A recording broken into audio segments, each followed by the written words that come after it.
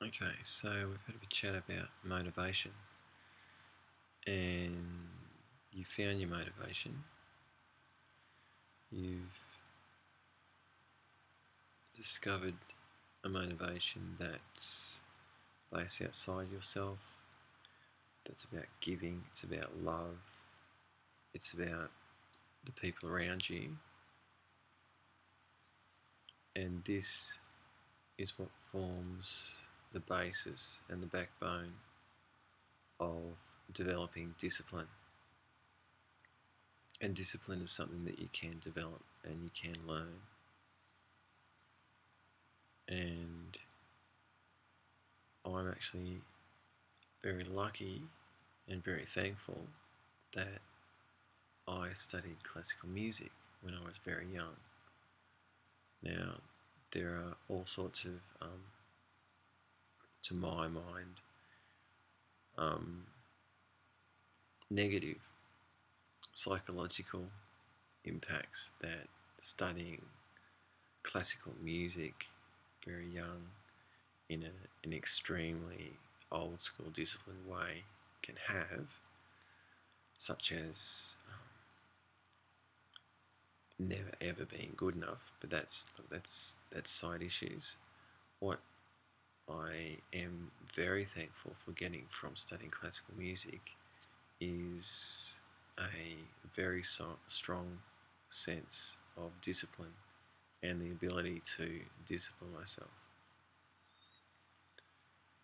And I've had that my whole life, so um, I count myself very blessed because I've met many people that, as adults, find it hard to discipline themselves. But if you have your motivation, then discipline is merely setting a goal, setting up the strategies to achieve that goal, putting in place markers of success along that road, and making sure those markers are short-term achievable goals leading to your end goal, your end result. And then doing what is necessary to achieve those shorter range goals. And doing something about that goal every day. And I mean every day. This is very important, because when you play classical trumpet, as I did, it's every day. And if you miss a day, your teacher knows about it because your tone suffers.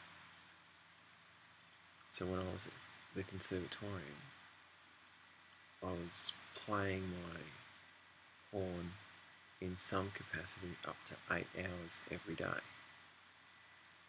Now, if I missed a practice, and it only took one practice, my teacher could tell.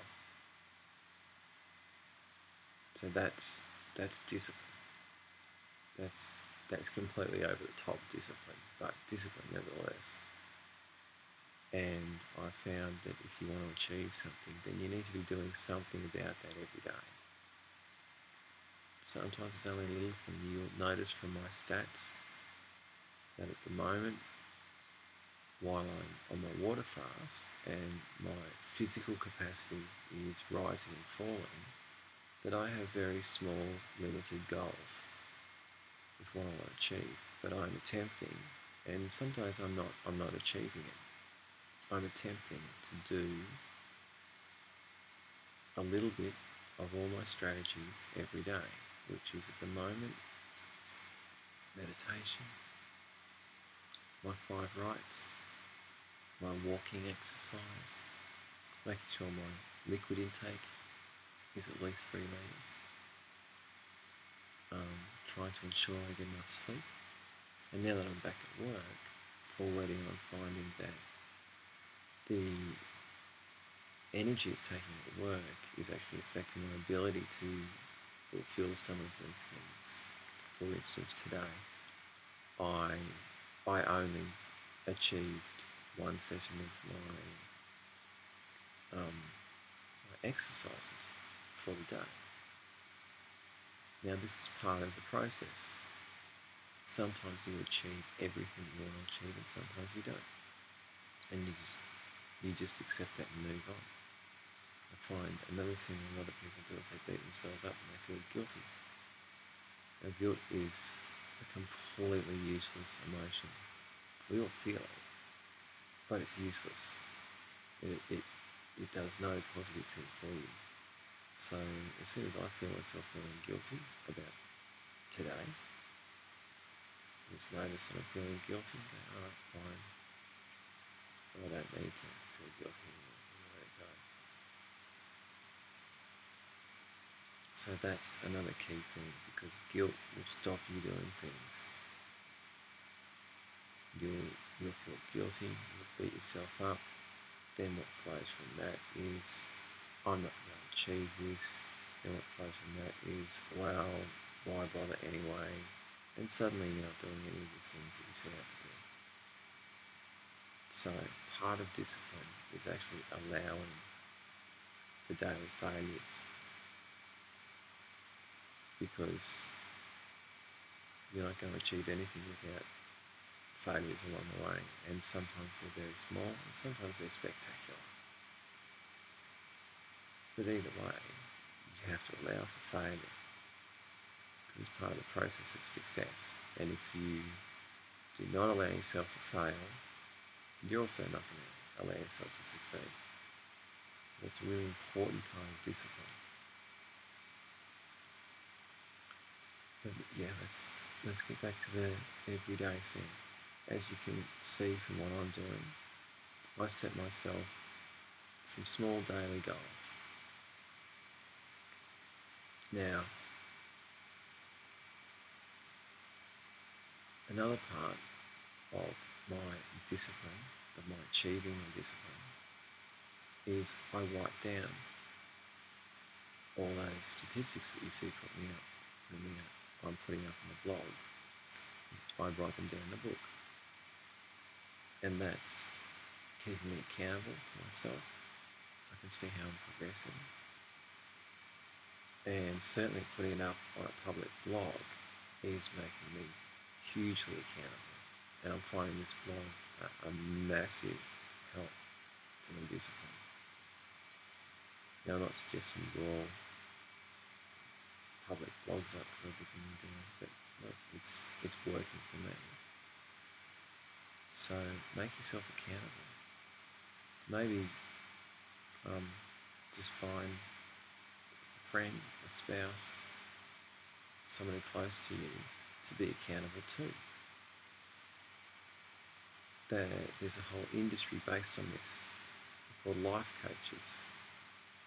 It's essentially somebody to be accountable for. Now, I've got a business coach for my business, and that's the point. He will bring me a world of knowledge and fresh ideas and criticisms and all the rest of it about my business. But essentially what he's providing me is somebody to be accountable to